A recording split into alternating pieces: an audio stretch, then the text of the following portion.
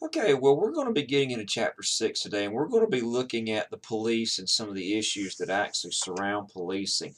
I'm going to have the textbook with me, so I'm going to be referencing a few things here as this video goes along. So if you want to, get your books out and go ahead and turn to chapter 6. There are going to be about four main things that I'm going to hit today. We're going to talk a little bit about the police personality. We're going to talk about violence. We're going to talk about the police civil liability. We're also going to look a little bit at the racial and the race-based policing concepts. I'm not going to really hit a whole lot on those, but I do want to just mention them.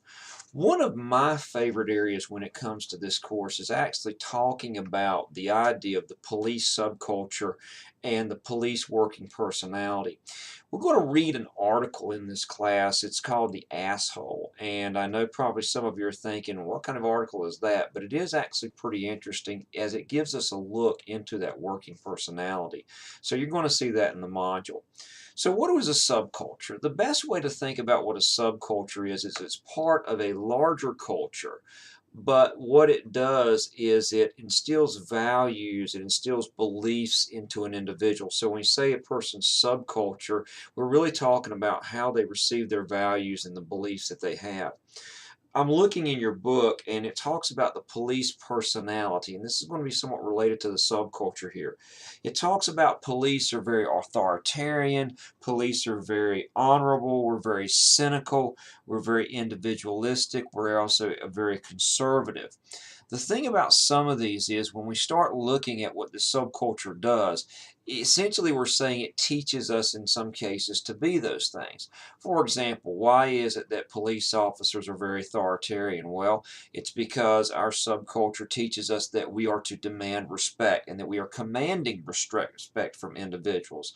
So therefore, when I go out on the scene of a call, I should actually have the respect of the individuals that are there. And if I don't get that, then I have the right to react in a way that actually causes that respect. If I tell somebody to do something and they don't do it, then I have a right to force them or compel them to do whatever it is I want them to do.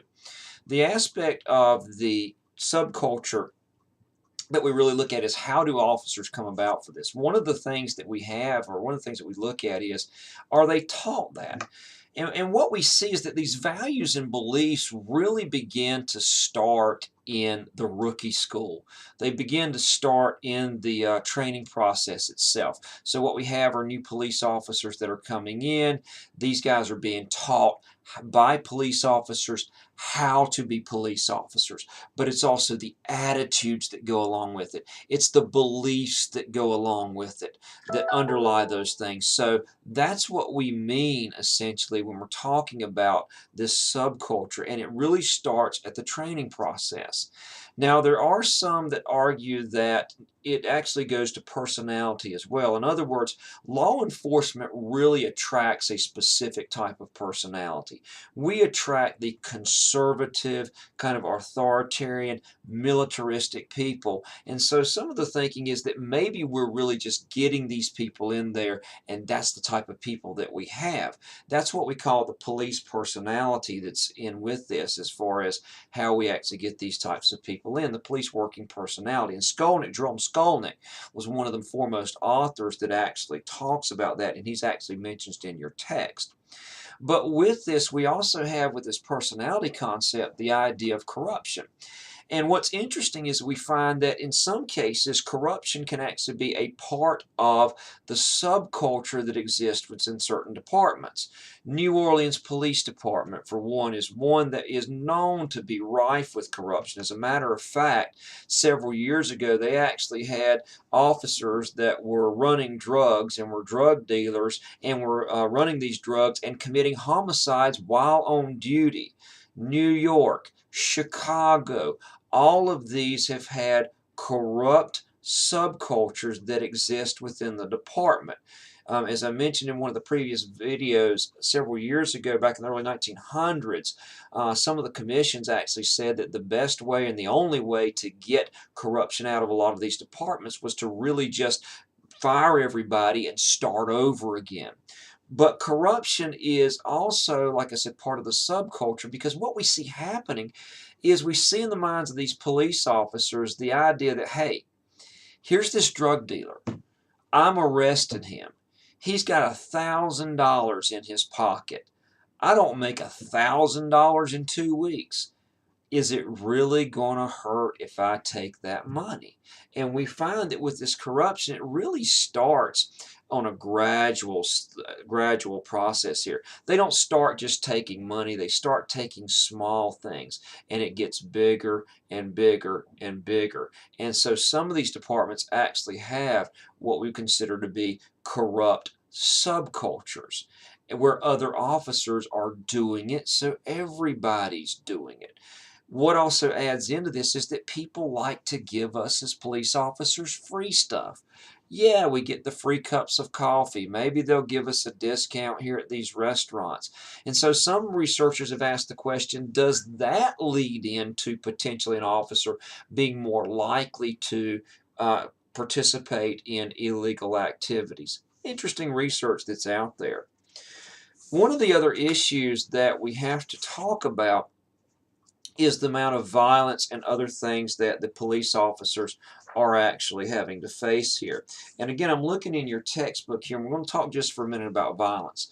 When I was growing up, I always told my brother, my job is the only one that I know of where basically you carry a firearm to work with you every day because somebody may shoot you. Years ago, really one of the things that killed most police officers was heart attacks. And the reason is very simple. Most police officers, if you ever look at them, are fat, out of shape, they don't exercise, and they have heart problems. And what we were finding happening was that these guys didn't do any exercising.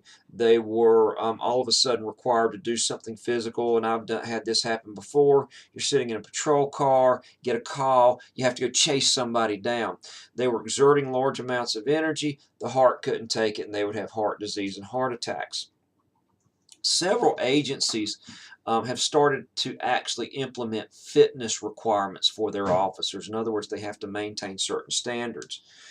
But what we've seen in recent years is the idea and the concept of premeditated attacks on police that are actually starting to rise. And actually, if you'll look at your book, it actually shows here on the pictures under the title of The Dangers of Police Work, 47 out of the 100% essentially there were by gunfire. So we're starting to see more of the gunfire and a type of attacks as far as killing police officers increase and take over some of the other factors that used to be more prevalent.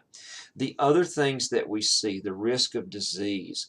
I've arrested people that have hepatitis. I've arrested people that have AIDS. I've had people spit at me that have diseases. We're constantly being inundated with people who have these types of things.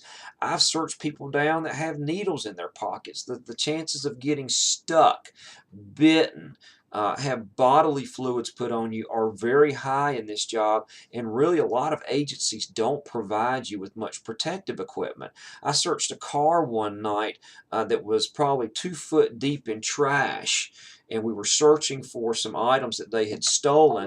We were in our short sleeves, and when we get through, the guy looks at us and goes, "Oh, I've got scabies," which are bugs that bury themselves up underneath the skin. Well, we had to go get medical protection for that. We had to go get a prescription for it.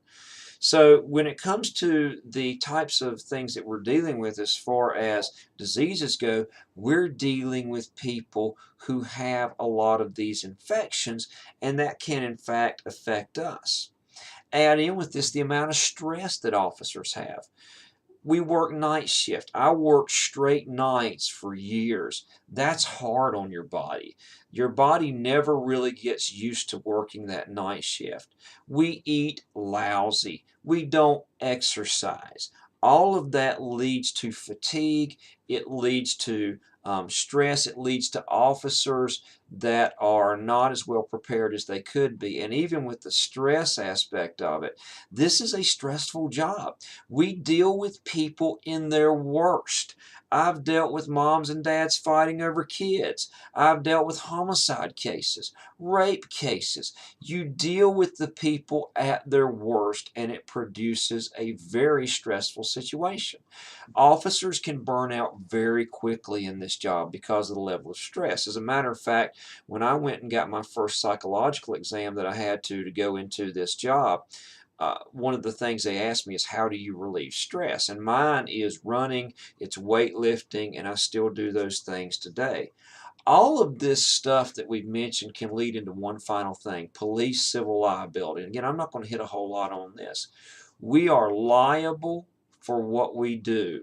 We are liable if we deprive someone of their rights.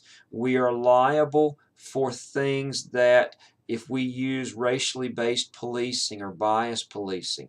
When it gets to the point that we use excessive force, when we abuse individuals, which in stressful situations has happened, police officers overreact, they deprive somebody of their constitutional rights, they can be sued in federal and state court for those actions. Now, I mentioned racial-based policing, and I'm going to mention one other thing about that. Race cannot be used as the sole purpose for initiating a stop or for investigating somebody. The law does allow in some circumstances for it to be used as a factor, but it cannot be the primary factor. The reason it allows as a factor is because we do find certain racial characteristics that exist in some crimes. For example, you can look at the use of African Americans in drugs and some things like that. But understand something: it cannot be the sole factor. You have to have other probable cause to support your assertions that are there. So race cannot ever be a sole factor, but it can be a contributing factor, or what we just call an interesting thing, you could say.